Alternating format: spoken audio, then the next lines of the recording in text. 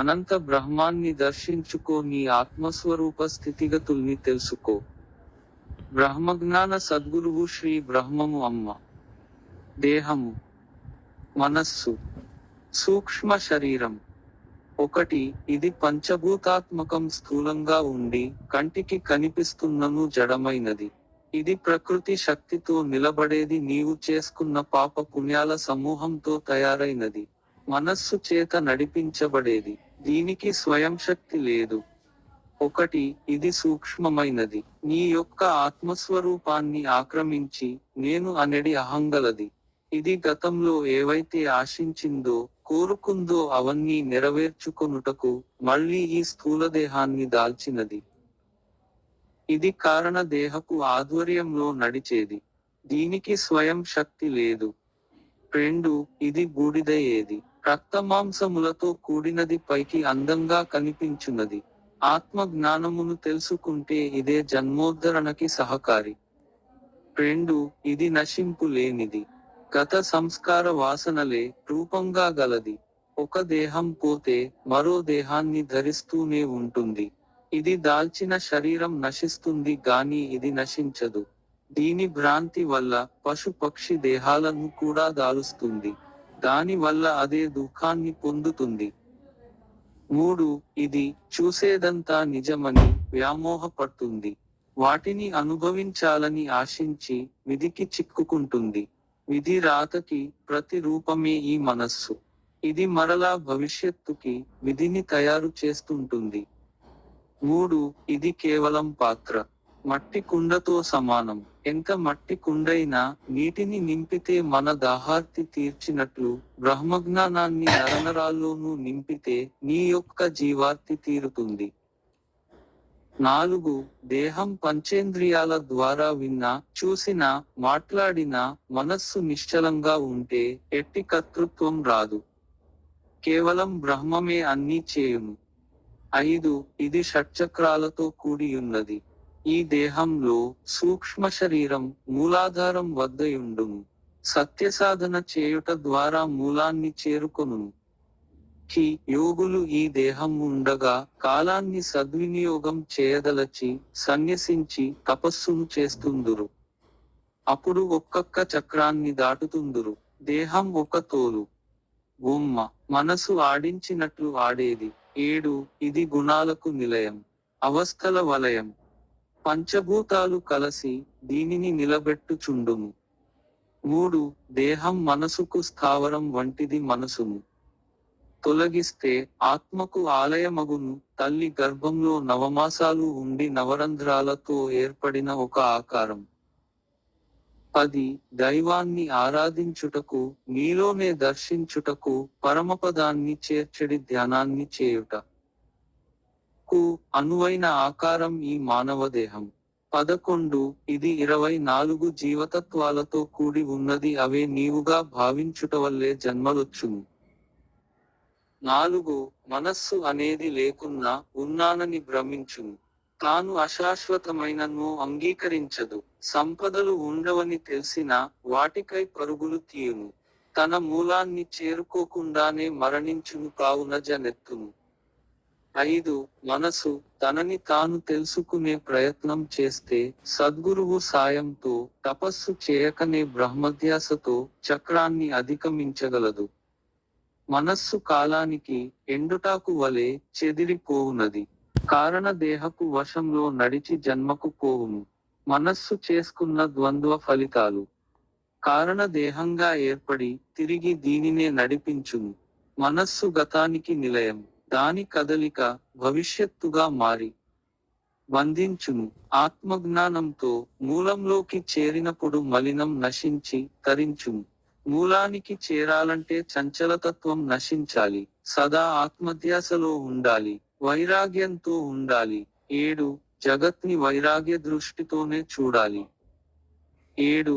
మనసు యొక్క తత్వం చలనం, కావున ఇంద్రియాలని చలింపజేస్తూ తనకి తానే నష్టపోవును.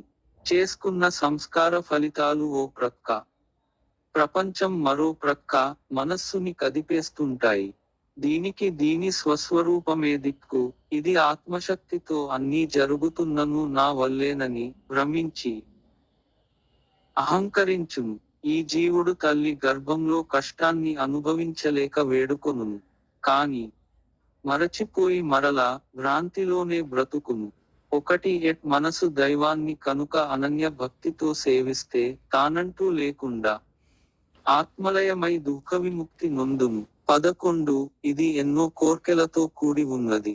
అవి నెరవేర్చుకోవడమే దీని లక్ష్యము. బ్రహ్మస్వరూపం ఆత్మ. ఇది నీలోని ఆత్మస్వరూపం, ఇది సాక్షాత్తు స్వయంభువుడై ఉన్నది.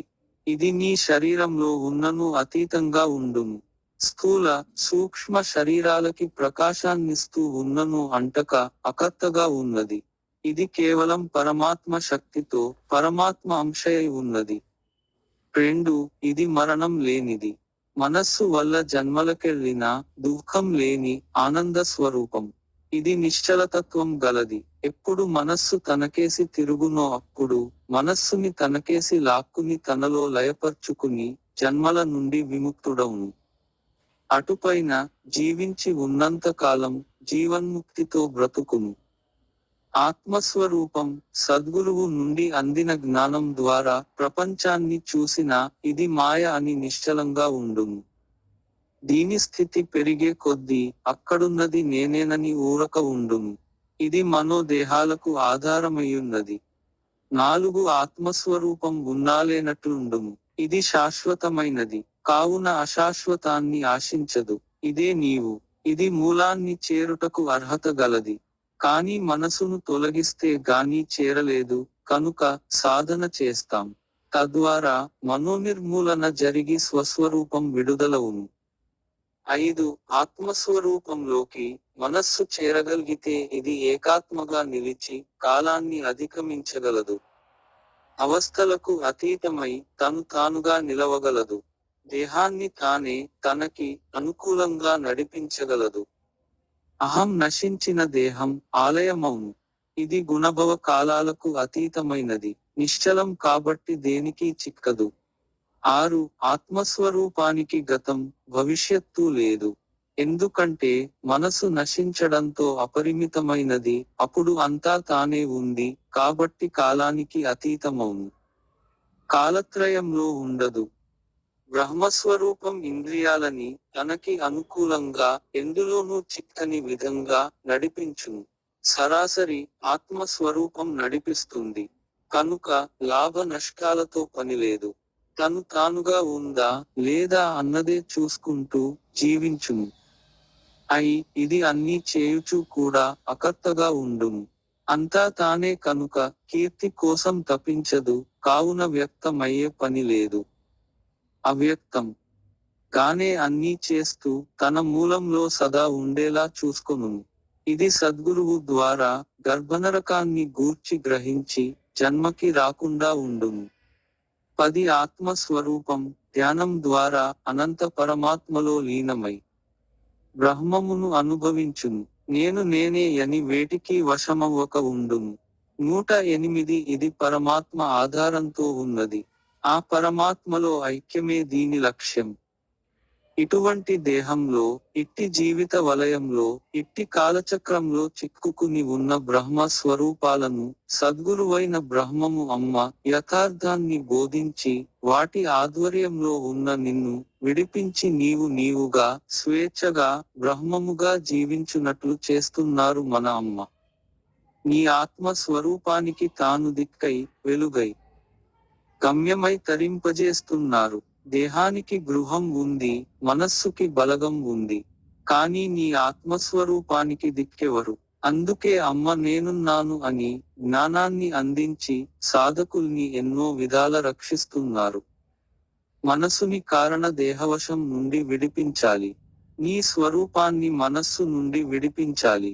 స్థూలదేహాన్ని నీ బ్రహ్మీస్థితికి ధ్యానానికి అనుకూలం చేయాలి. గుణత్రయం, అవస్థాత్రయం, కాలత్రయం, వీటి చెర నుండి, సర్వ స్వేచ్ఛావంతుణ్ణి చేసి, మూలం చూపి నిర్గుణ నిరాకారంలో, జీవన్ముక్తుడై సంచరిస్తూ, తరించేలా చేయాలి. ఇది బ్రహ్మమే దిగివచ్చిన అమ్మకే సాధ్యం. సాధకుల్ని స్వధర్మం తప్పకుండా నడిపిస్తూ, సర్వత్రా ఉన్న పరమాత్మను దర్శింపజేస్తున్నారు. కష్టం, ఖర్చు లేకుండా పరమాత్మను కనుగొనే విధానాన్ని తెలుపుతున్నారు. అందుకే అమ్మ సన్నిధి చేరుకుని, జనన మరణాల నుండి విముక్తిని పొంది జన్మని ధన్యం చేసుకుందాం. ఆత్మానందంతో జీవిద్దాం, జీవత్వపు చెరసాల నుండి విడుదలై బ్రహ్మత్వపు స్వేచ్ఛని అనుభవిద్దాం. కావున అమ్మని శరణు కోరదాం, ఆత్మస్థితిలో నిలబడదాం. అనంత బ్రహ్మమును దర్శిద్దాం. బ్రహ్మార్పణం.